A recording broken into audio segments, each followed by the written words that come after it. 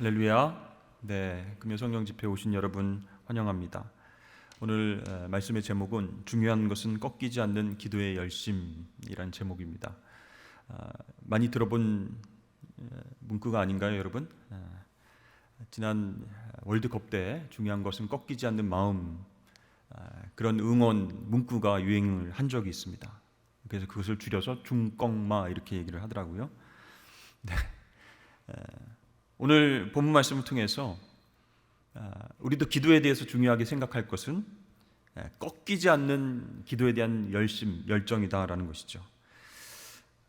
오늘 본문 말씀을 보니까 한 재판관과 억울한 일을 당한 과부의 이야기가 나오고 있죠. 이 비유가 어떻게 시작합니까? 1절, 2절 말씀에 보니까 예수께서 그들에게 항상 기도하고 낙심하지 말아야 할 것을 비유로 말씀하여 이르셨다, 이렇게 나왔죠.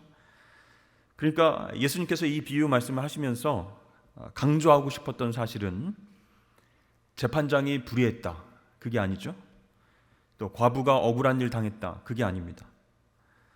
1절과 2절 말씀을 통해서 비유를 통해서 핵심적으로 전달하시고자 하는 메시지 두 가지입니다.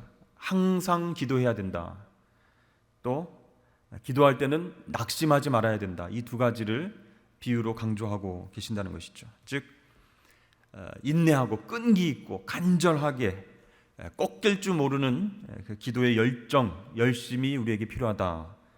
이걸 말씀하시려고 이 비유를 들어서 이야기하신 것이죠. 여러분, 우리가 기도할 때 만나게 되는 가장 큰 어려움, 가장 큰 대적, 그것이 무엇일까요? 그것은 낙심이다 할 수 있습니다.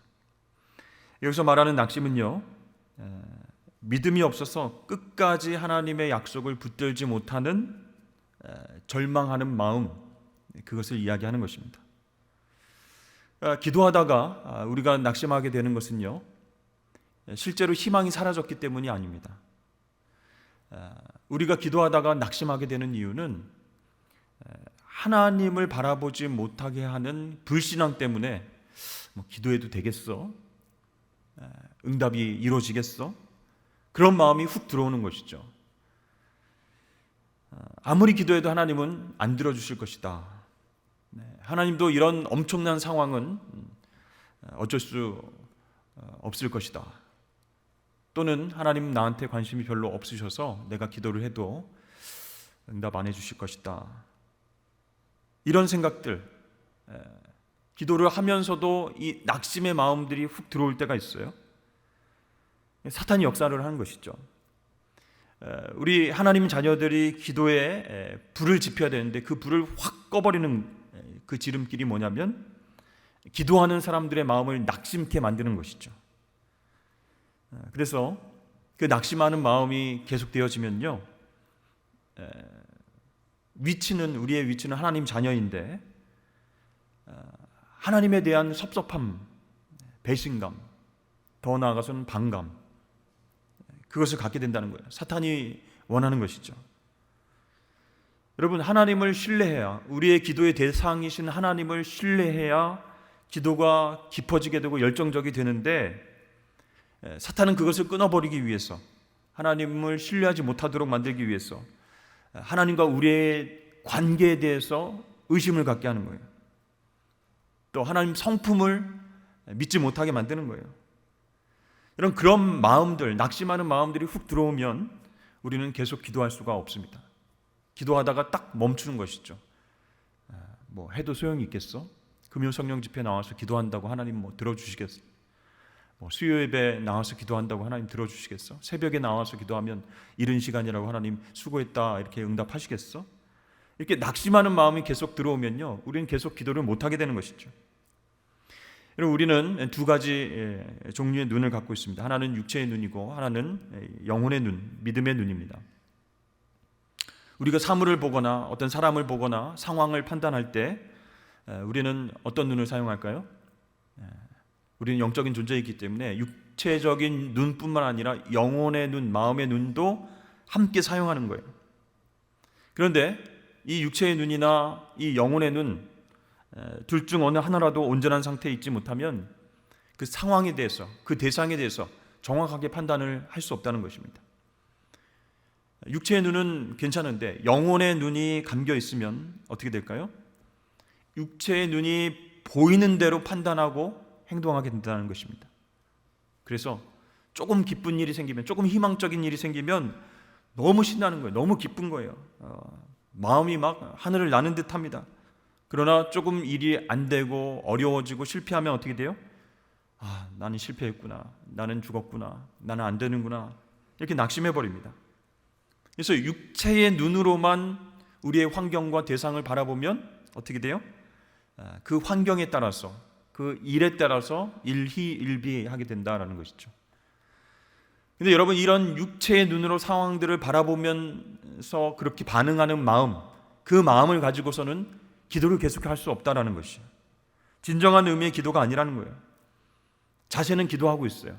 기도의 자리에 나와서 계속 이렇게 하나님 앞에 열심히 기도하고 있어요. 그런데 눈으로 보이는 것만 판단하고, 이 판단의 근거에서 좌절하고 상심하고 낙심하고 또는 기뻐하고 마음이 들뜨고 그런 상태에 있다면 계속해서 기도할 수 없다는 것이죠. 여러분, 이렇게 육체의 눈만 가지고 상황들과 사람들과 문제를 바라보면요, 영의 눈이 해석하는 상황들, 그것을 상실하기 때문에 이 상황 가운데 하나님은 어떻게 바라보고 계실까? 이런 문제 가운데 하나님은 내가 무엇을 하길 원하실까? 이렇게 마음의 눈으로 바라보는 기능이 상실되어 버리면 기도가 아예 안 나오게 되는 거예요. 그래서 그 상실감과 낙심이 찾아오게 되면 그것을 틈타서 불신앙이 우리에게 들어오는 겁니다. 하나님 기도 응답해 주시겠어? 일이 풀려지겠어? 이렇게 되는 것이죠. 그러나 여러분, 우리가 영혼의 눈, 믿음의 눈을 뜨고 민감하게 살아갈 때는요, 육체의 눈에 보이는 대로 일희일비하지 않는다라는 것이죠. 눈에 보이는 대로, 관찰되는 대로 다 받아들이지 않는다는 거예요. 여러분, 기쁘고 즐거운 일이 있을 때 좋아하고 깡충깡충 뛰고, 고통스럽고 아파할 때 막 힘들어하고 축 처져 있고, 이런 것은요, 짐승들도 똑같이 합니다. 우리 집에 우리 강아지가 있는데요, 똑같아요. 좋으면 막 팔짝팔짝 뛰고요, 막 기분 나쁘면 쳐다보지도 않고 그래요. 근데 우리가 인간이 짐승과 다른 것은 뭐겠습니까? 고통당할 때 그 의미를 생각할 줄 안다는 거예요. 이 고통이 과연 나에게 어떤 영적인 의미가 있을까? 그것은 육체의 눈으로는 볼 수 없는 거예요. 영혼의 눈으로 바라볼 수 있어요. 그래서 그 고통의 의미를 파악하고 자신의 인생에 적용하면서 하나님 뜻대로 살 수 있는 것, 그것을 위해서 우리는 영혼의 눈을 뜨고 살아야 할 줄로 여러분 믿으시길 바랍니다.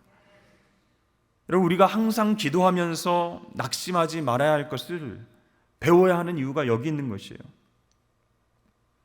우리의 영혼의 눈이 항상 띄어져 있고 민감하고, 그래서 육체적인 눈으로 봤을 때는 큰일 났네, 걱정이네, 어떡하지? 그러나 영혼의 눈으로 바라볼 땐 낙심하지 않는 거예요. 계속 기도할 수 있는 것이에요. 자, 예수님께서 우리에게 들려주신 이 비유의 결론은 다음과 같습니다. 오늘 7절 말씀에 보니까 하물며 하나님께서 그 밤낮 부르짖는 택하신 자들의 원한을 풀어주지 아니하시겠느냐, 그들에게 오래 참으시겠느냐. 이 말씀을 통해서 우리가 중요한 것을 알 수 있습니다. 이 기도응답의 열쇠를 가지신 분이 바로 하나님이시다라는 것이죠. 기도하는 것은 우리의 일이고요, 그 기도를 들어주시는 분, 응답하시는 분, 하나님께 속한 일이라는 거예요. 하나님은 우리의 기도를 들어주실 수 있는 힘과 능력이 있지만 응답하시는 것은 오로지 그분의 자유로운 주권 아래에 있다라는 거예요. 그래서 우리가 착각하지 말아야 할 것은요, 열심으로 기도하는 사람들이 있어요. 그 중에서도 열심으로 기도하는 그 기도의 열심과 응답 사이에는 뭔가 어떤 비인격적인 공식이 존재한다, 이렇게 생각하는 사람들이 있는 것 같아요. 한 1시간 기도하면 안 된다. 하나님 앞에서 기도하려면 한 10시간은 기도해야 된다. 이렇게 비인격적인 공식이 있는 것처럼 나름대로 생각하는 거죠. 그냥 기도를 열심히 하면 하나님이 꼭 응답해 주신다라고 본인이 이제 룰을 만드는 거예요. 그래서 내가 이번에 한번 열심히 기도해서 하나님 팔을 팍 꺾어서 내가 원하는 것을 한번 얻어내겠다. 하나님, 저 결혼하고 싶어요. 네, 배우자를 위해서 기도하고 있는데 하나님, 그 배우자의 조건은 이렇습니다. 키는 몇 센치, 얼굴은 어느 정도 되고 경제력은 하나님 팔을 그냥 팍 꺾어서라도 내 기도를 하나님이 들어주신, 그렇게 기도를 해야 되겠다, 열심으로 해야 되겠다, 이렇게 생각하는 분들이 있어요. 여러분, 이건 잘못된 것이죠.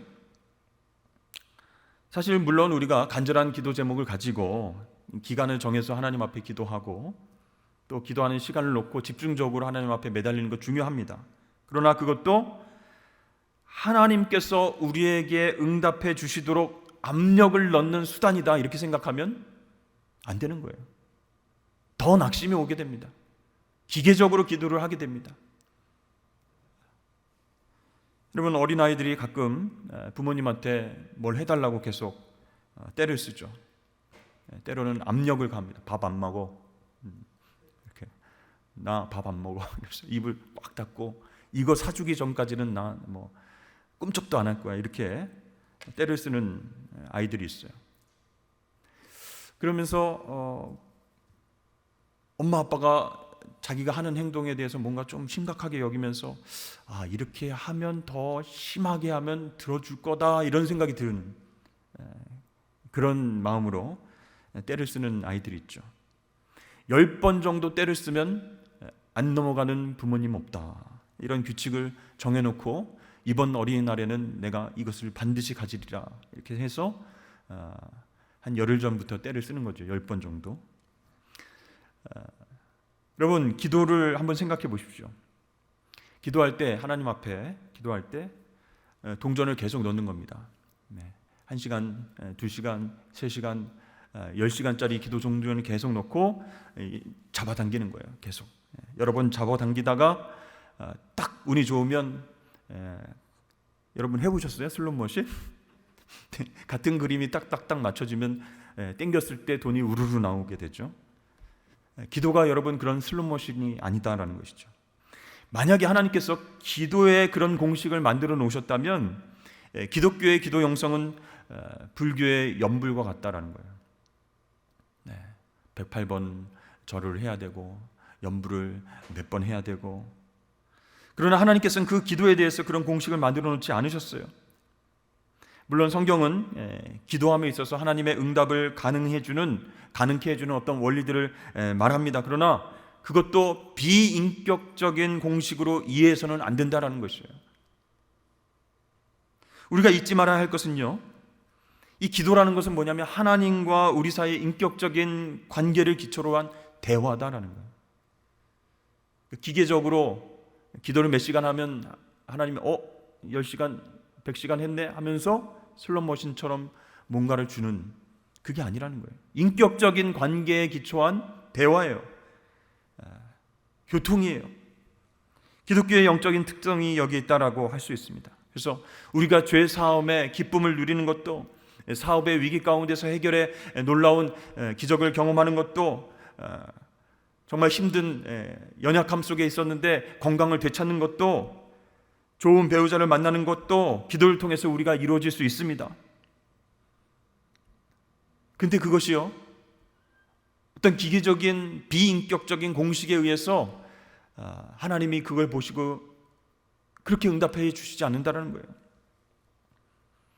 근데 어떤 기도 제목은요, 한 번 기도했는데 하나님이 딱 한 번의 기도 응답해 주시는 것이 있고, 어떤 것은 10년이 지나서 응답해 주시는 제목도 있어요.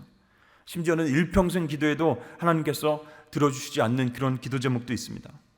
또 어떤 기도 제목은요, 죽으면서도 이 기도는 하나님 정말 마지막 순간에요, 이 기도 제목은 하나님이 끝까지 안 들어주시네, 이렇게 눈을 감을 때도 있다는 것이죠.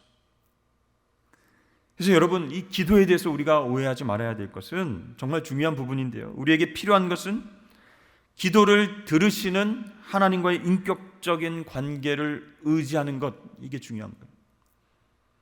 근데 기도를 하면서 이것이 하나님과의 인격적인 교제다, 대화다, 이것을 알려면 어떻게 돼요? 열정적으로 끈기 있게 계속해서 기도를 해야 된다는 것이죠. 그러니까 이게 어떤 기계적인 법칙을 얘기하는 것이 아니고, 이 비유를 통해서 하나님께서 나와 계속해서 대화하자, 그게 중요한 거다라고 말씀하시는 거예요. 여러분, 우리는 기도 응답을 어떻게 받을 것인가 연구에 연구를 하고 고민을 하고 이렇게 할 필요가 없습니다. 기도를 들어주시는 하나님 성품에 대해서 경험을 하면 되는 것이에요. 이 기도는 하나님께서 안 들어주시는구나, 하나님 이런 분이시구나. 그런데 이 기도에 대해서는 하나님이 금방 들어주셨는데 이유가 뭘까 하면서 계속 기도하면서 하나님의 성품을 알아가는 거예요. 관계성을 높여가는 거예요. 여러분, 그리스도인이 어떤 사람들입니까? 하나님을 아는 만큼만 기도할 수 있는 사람들이에요. 하나님을 전혀 알지 못하면서 계속 지니의 램프처럼 몇 번을 문지르면 하나님 뿅 나타나가지고 들어주시겠지, 슬롯 머신처럼 기도의 등전과 시간을 투자하면 하나님 들어주시겠지, 오해할 수 있다는 것이죠. 그러나 우리 그리스도인들은, 하나님의 자녀들은 하나님을 아는 만큼 대화하고 그분 앞에 기도하기 때문에 우리는 어떻게 하면 이 기도의 응답을 받아낼 것인가, 어떻게 하면 부모님을 막 협박해서라도 내가 갖고 싶은 그 선물을 받을 것인가 연구하는 그런 어린아이가 아니라는 거예요. 기도를 들어주시는 하나님 아버지의 성품에 대해서 기도를 하면 할수록 알아가는 것, 그것이 기도의 영적인 유익인 줄로 여러분 믿으시길 바랍니다. 그래서 열심히 기도하는 사람 있죠, 주변에. 그런데 낙심을 해요. 그런 사람들은 어떤 사람입니까? 나를 사랑하시는 하나님 아버지께 집중하기보다는 기도를 통해서 얻어내려고 하는 그것에 훨씬 더 관심이 많은 사람이다. 그런 사람일수록 훨씬 더 낙심하고 걱정 근심한다라는 거예요. 기도는 필요가 없구나, 응답이 안 되는구나, 오해한다는 거예요. 그러니까 여러분, 우리가 기도할 때요, 하나님께서 주시는 선물이 아니라 선물을 주시는 그분을 바라봐야 된다는 거예요. 그렇죠? 우리 손가락이 달을 가리키면 이 손가락을 바라보는 것이 아니고 손가락이 가리키는 달을 바라봐야 되는 것처럼, 우리에게 선물을 주시기도 하고 선물을 안 주시기도 하고, 그렇죠? 그건 하나님 마음입니다. 하나님께서 우리 아버지 되시기 때문에 No, 이것도 기도 응답이에요. Wait, 기다려라, 이것도 기도 응답이에요. Yes 하는 것도 기도 응답이에요. 그러니까 선물을 주시는 그 하나님을 바라보는 것이 기도의 영적인 유익이다라는 것이죠. 근데 우리가 기도하다가도 이기적으로 내가 원하는 방식대로 응답해 주셔야지 나는 하나님을 찬송할 수 있고 나는 계속해서 기도할 수 있다, 이런 자기중심적인 생각, 욕심이 가득 찬 기도는 기도가 아니다. 하나님이 듣지 않으신다는 것이죠. 그러면 어떻게 돼요? 점점점 기도에 대해서 좌절하게 되고 낙심하게 되고 기도는 필요 없다고 생각하게 되는 것이죠. 근데요, 만약에 기도하는 우리의 초점이 하나님께 맞춰져 있다라고 한다면, 우리 기대하고는 다른 응답이 왔어요. 그러면 이것이 최선일 수 있겠다. 하나님 나를 사랑하시니까, 내가 그걸 믿으니까 하나님 나를 사랑하셔서 최선의 것을 응답해 주신 거야 라고 믿게 되는 것이에요. 나는 아직 알지 못하지만 하나님께서 나를 선한 방향으로 이끌어 가실 것이다 라는 것을 확신하기 때문에 우리는 선물에 초점을 맞추는 게 아니고 하나님 성품에 초점을 맞춰서 계속 기도할 수 있다는 것이에요. 여러분 꼭 기억하시길 바랍니다. 우리가 기도하고 응답받는 것을 통해서 얻는 유익은 뭐냐면, 우리가 세운 목표대로 승승장구하는 삶이 아니라는 거예요. 우리가 기도하고 응답받는 그것의 목표는 무엇인가? 하나님을 기쁘시게 하는 삶이다라는 것이. 여러분, 하나님께서 오늘 말씀을 통해서, 예수님 비유를 통해서 끈기 있는 기도를 왜 요구하시는가? 아니, 어차피 안 들어주실 건데 왜 계속 끈기 있게 기도하라고 그러고 계속 열정을 다해서 기도하라고 하고 끝까지 기도하라고 하시는가? 하나님이 인색하신 분인데 막 퍼주고 응답도 제때제때 안 해주시면서 왜 끈기 있게 기도하라고 하시는가? 이렇게 오해할 수 있어요. 근데 여러분, 끈기로 이어지는 그 간절한 기도를 통해서 누가 변해요? 하나님 변하는 게 아니고 내 자신이 변하기를 원하시기 때문이에요. 기도하는 우리 자신의 성품이 변화되길 원하셔서 끈기 있게 기도하라. 낙심한다고 포기하지 말고 계속 기도하라. 이렇게 말씀하시는 거예요. 그래서 여러분, 처음에 우리는 필요에 의해서 기도할 때가 많이 있어요. 하나님 이것도 해주세요. 이것도 고쳐주세요. 이것 필요합니다. 공급해 주세요. 이렇게 기도하지만 계속 끈질기게 기도하는 그 과정을 통해서 우리가 조금씩 변화됩니다. 하나님의 사람으로 변화되는 거예요. 여러분, 우리는 택함받은 하나님의 자녀입니다. 그러나 그 사실 하나만으로 우리의 기도가 다 응답된다 이렇게 믿어서는 안 되는 거예요. 그냥 하나님의 자녀라고 하나님께서 다 기도에 응답해 주시는 게 아니에요. 왜냐하면 하나님 자녀들 중에서도 성숙하지 못한 신앙이 여리고 약한 하나님 자녀가 있을 수 있기 때문에 그렇습니다. 그래서 오늘 말씀에 보시면 택하신 자들 앞에 한 가지 수식어를 붙이고 있죠. 7절 말씀 보시면 그건 어떻게 나와 있습니까? 택하신 자들 앞에 밤낮 부르짖는 수식어가 있죠. 예수님께서 이 비유를 통해서 우리에게 주시는 교훈은 밤낮 부르짖는 택하신 자들, 그 자들이 기도 응답 받는다, 그런 사실이에요. 그래요? 그러면은 밤낮 부르짖어야 돼요? 그러면 새벽에도 와서 부르짖고 낮에도 와서 부르짖고 밤에도 와서 교회에서 기도하라는 얘기인가? 진짜 시간도 없는데 힘들겠네. 그런 의미가 아닙니다, 여러분.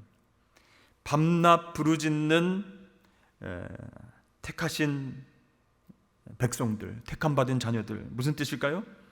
먹든지 마시든지 무엇을 하든지 그 기도 제목이 삶에서 잊혀지지 않아야 된다, 그런 얘기예요. 그러니까 하나님과 늘 통하는 상태가 되어 있어야 된다는 거예요. 이것은요, 우리의 전 생활의 영역 가운데에 스며들어 있는 기도 응답에 대한 소망을 얘기하는 거예요. 밤낮 부르짖는 택함받은 자녀라고 해서 아침, 점심, 저녁 계속 주여 주여 이렇게 기도하라는 얘기가 아니라 뭘 먹든지 마시든지 무슨 일을 하든지 누구를 만나든지 그 삶의 전 영역 가운데에 이 기도 제목에 대해서 하나님이 응답해 주시길 바라는 그 소망의 마음을 늘 품고 있는가? 응답해 주시기 전까지 그치지 않는 처절한 호소, 처절한 간구, 끈질긴 기도, 그걸 뜻하는 거예요. 이게 잘 안 될 때가 있잖아요. 아니, 어떻게 하루 종일 그 기도 제목만 생각하고 그렇게 열정적으로 기도할 수가 있어. 근데 하나님이 그런 마음을 부어주실 때가 있어요. 우리 마음을 절박하게 만드실 때가 있어요. 그래서 기도하게 하실 때가 있습니다. 그러면 그때 우리가 순종해야 돼요. 그 기도의 제목이 정말 절실하구나 이렇게 느껴질 때까지 하나님께서 역사하시면 우리의 하루 종일의 삶 가운데 그 기도 제목을 생각하면서 밤낮 부르짖는다, 처절하게 하나님 앞에 기도한다, 그런 뜻이죠. 그러면요, 어떻게 될까요? 기도 응답에 관심을 갖는 게 아니고 그런 마음을 주신 하나님께 관심을 갖게 된다. 관심의 초점이 하나님의 성품으로 모아지게 된다는 거예요. 그래서 간절하게 기도하게 된다는 것이죠. 여러분, 사무엘 선지자의 어머니 누구였죠? 한나. 이 한나가 뭐 때문에 성전에 올라가서 간절히 기도했죠? 그 한나의 기도 제목이 이스라엘 백성들이 전쟁에 나가서 승리하는 것이었습니까? 아니었죠. 이 땅 가운데 하나님의 이름의 영광이 떨어져서 짓밟혀서 하나님 회복하여 주옵소서, 하나님의 영광을 회복하여 주옵소서, 그런 기도 제목이 아니었죠. 뭐였죠? 아들 낳게 해달라고, 아들 낳게 해달라고 간절히 기도했어요. 근데 엄밀한 의미에서 보면 이건 세상적인 기도 제목 아닙니까? 그죠? 자기의 소망, 자기의 욕구만을 위해서 간절히 기도했어요. 근데 하나님께서 그녀의 기도에 응답해 주셨습니다. 이 불가능한 것 같았던 이 아들을 얻게 됐다는 것이죠. 그런데 한나의 기도를 통해서 얻은 것은 아들만 얻은 게 아니었어요.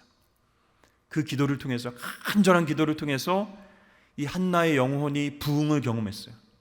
하나님의 성품을 경험했어요. 완전히 새 사람이 됐어요. 그걸 어떻게 알 수 있느냐? 정말 간절히 기도해가지고 아들을 낳았잖아요.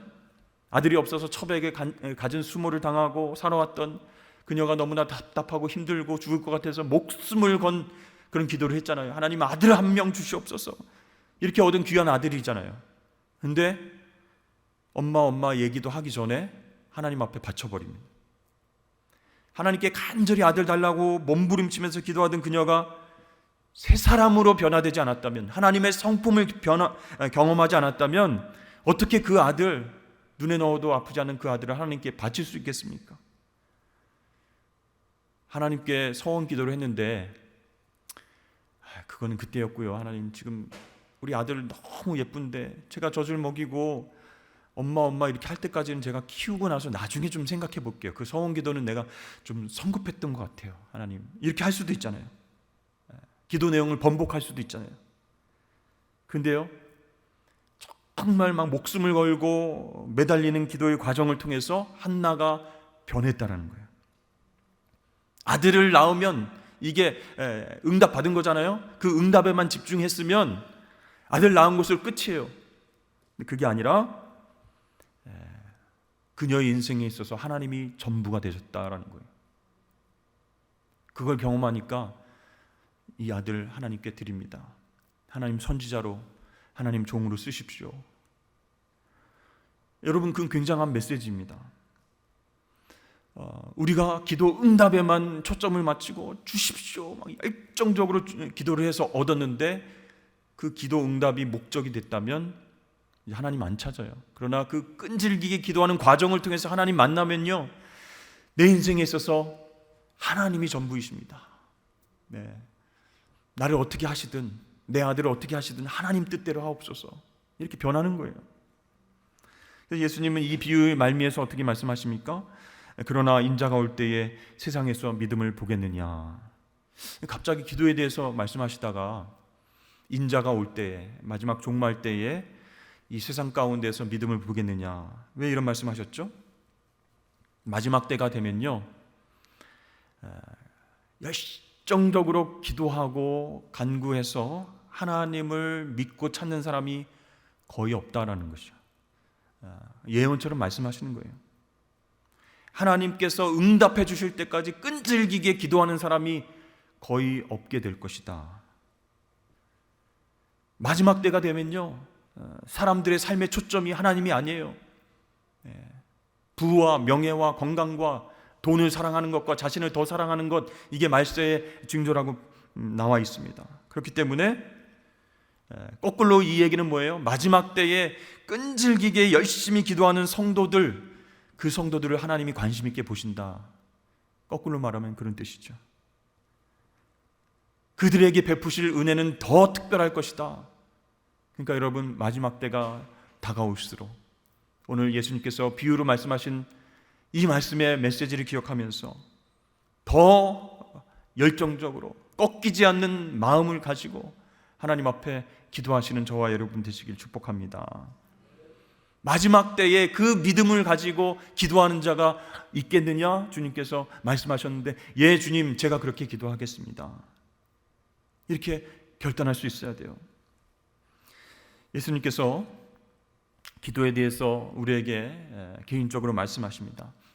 낙심하지 말고 밤낮 부르짖으라. 너의 일상 가운데서 하나님을 경험할 때까지 계속적으로 기도하라. 하나님께서 능력이 없어서 사랑이 없어서 응답하시지 않는 것이 아니다. 헛된 생각을 낙심되는 마음을 버리고 기도하라. 마치 원한에 사무친 것처럼 이렇게 들어주시지 않으면 나는 안 됩니다 하는 그런 마음을 가지고 그렇게 기도하라. 그러면 하나님을 경험하게 될 것이고 하나님이 속히 원한을 풀어주시리라. 이렇게 주님께서 말씀해 주십니다. 여러분들은 어떤 기도 제목 갖고 계십니까? 오늘 말씀